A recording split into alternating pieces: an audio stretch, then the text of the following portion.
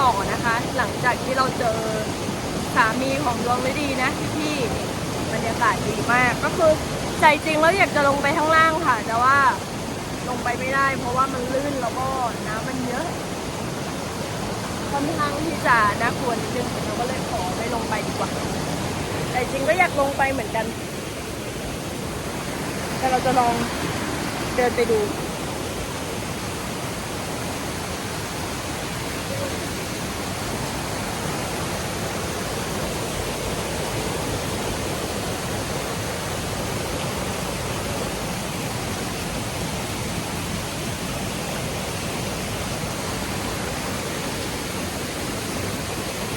ว้าว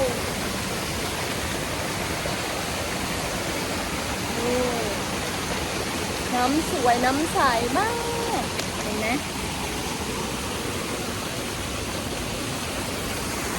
คือมันสามารถเป็นสถานที่ท่องเที่ยวได้เลยนะพี่แต่ว่า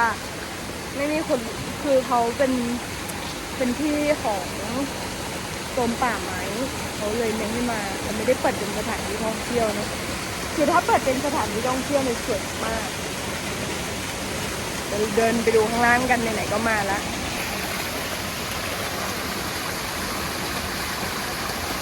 เห็นแล้วอยากจะเล่นน้ำเลยนะแต่ว่าพอดีว่าเป็นไข้หวัดก็เลยต้องเก็บ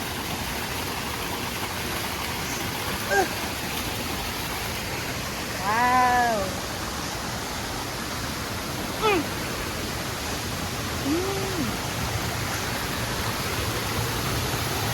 ว้าวน้ำเยอะมากดูสิโคตรสวยอ่ะ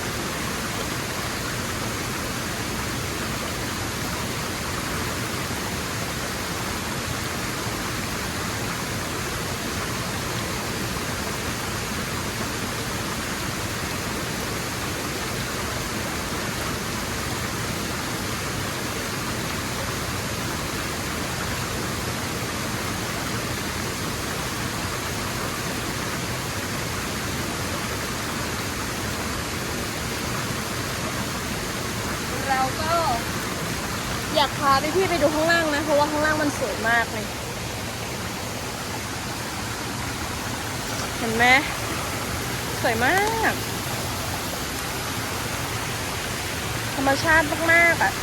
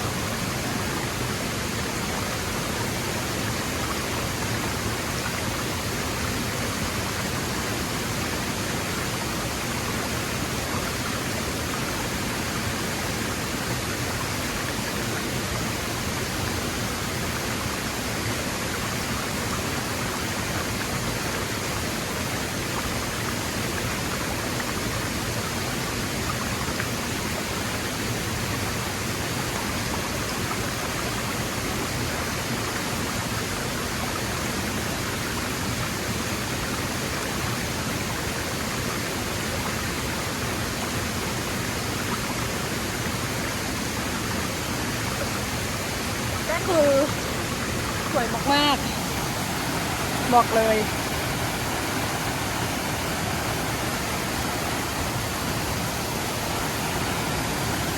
ให้พี่ๆได้รับชม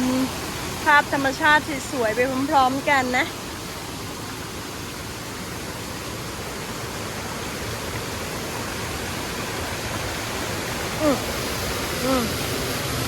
นี่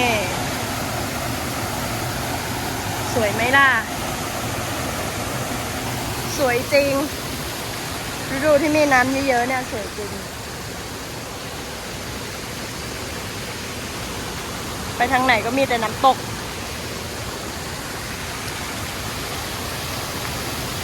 ดูดิสวยมากๆเลยค่ะคืออยากให้พี่ๆ FC ได้เห็นอะไรแบบนี้มากธรรมชาติดีมากดูดิคือเราไม่ค่อยมาเจออะไรแบบนี้นะแล้วเรามาวันก่อนเนี่ยก็คือน้ำยังไม่เยอะขนาดนี้เลยนะแต่เรามาวันนี้เนี่ยน้ำเยอะมากพี่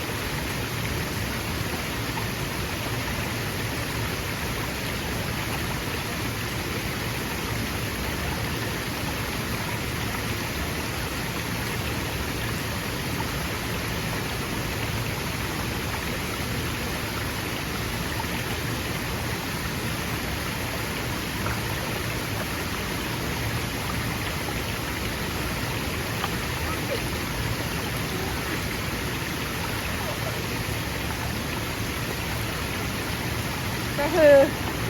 เกือบล้มเลยนะมันลื่นมากๆต้องเดินดีๆ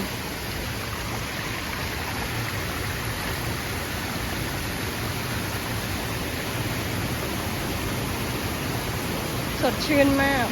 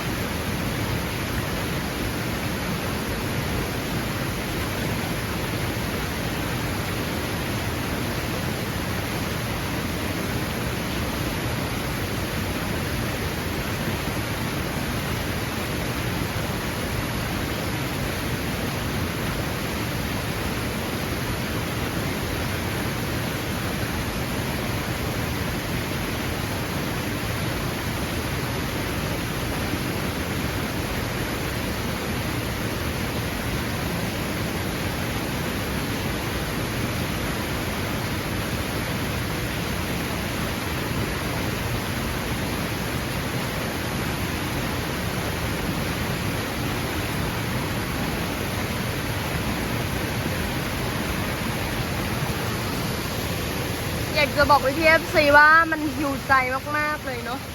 มาเจออะไรแบบนี้เนี่ยคือบรรยากาศแบบโอ้โหสบายอกสบายใจสบายตาสดชื่นยิ่งมีลมมาด้วยเนี่ยโอ้โหมันเป็นอะไรที่แบบครบเครื่องมากๆที่ดู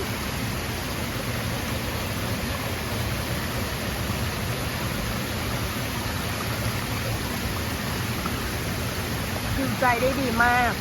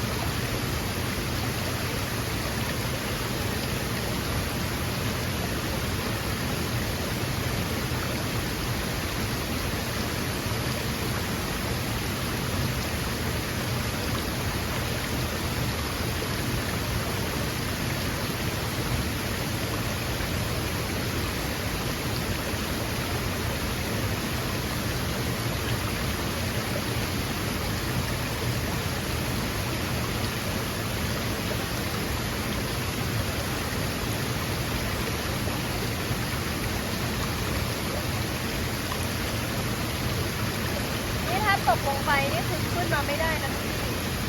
ถ้าล่วงลงไปนี่แย่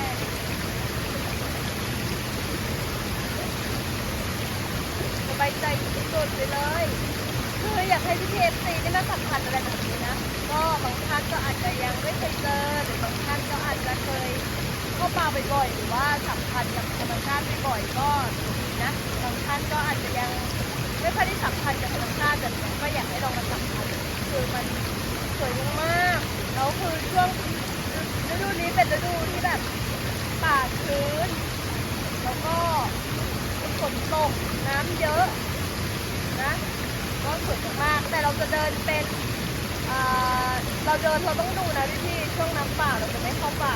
คือตอนนี้น้ำป่ามันยังไม่มานะก็มันเป็นช่วงฤดูฝนที่น้ำเพิ่มขึ้นก็น้ำค่อนข้างที่จะสวยมาก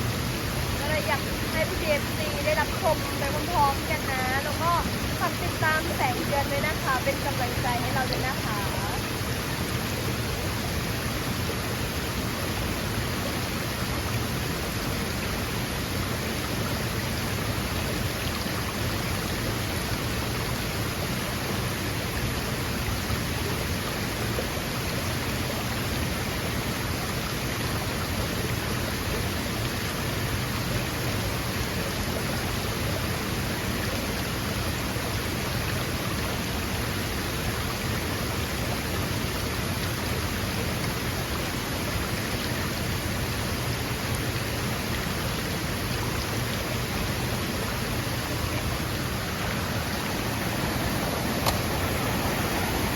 ชื่นมาก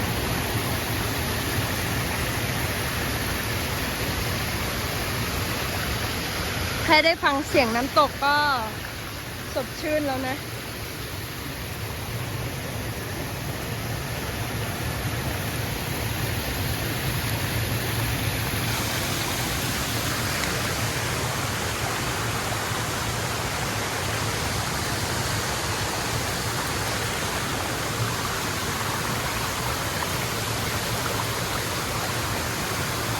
วิวดีมีชัยไปกว่าครึ่ง นี่น้ำตกของเรา วันนี้เรามาเจอน้ำตกที่หนึ่งในป่าลึกนะคะ คือสวยมากๆบรรยากาศก็ดีมากๆเลยค่ะฝากติดตามแสงลองกินด้วยนะคะช่องสำรองนะคะแล้วก็แสงเดินตะลุยป่าค่ะ